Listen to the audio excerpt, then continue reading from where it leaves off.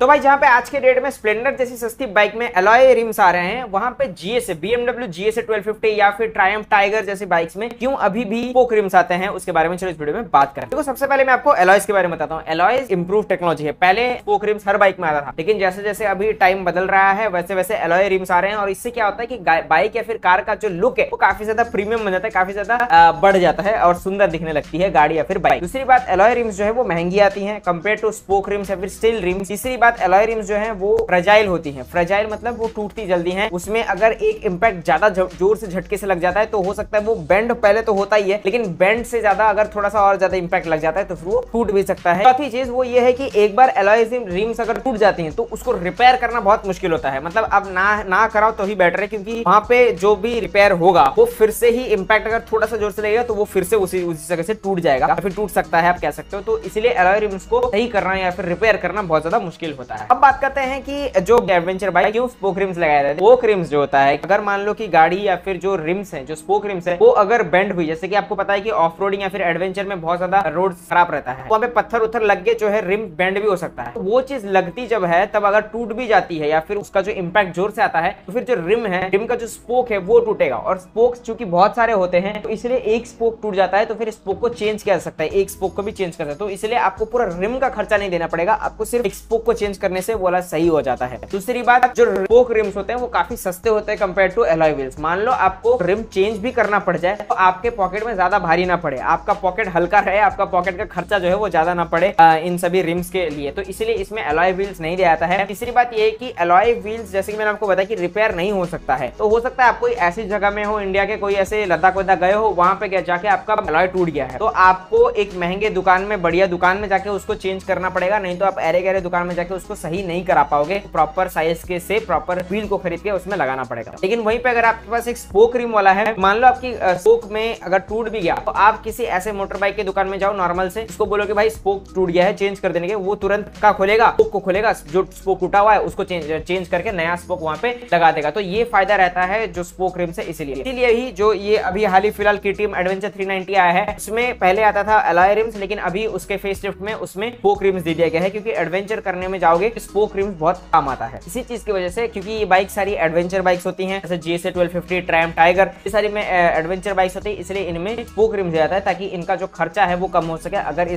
इनके चक्के में कोई भी दिक्कत आया तो। अगर आपको ये वीडियो काम के लिए कमेंट में जरूर बताएगा। वीडियो पसंद आया लाइक जरूर कीजिए। Bye bye.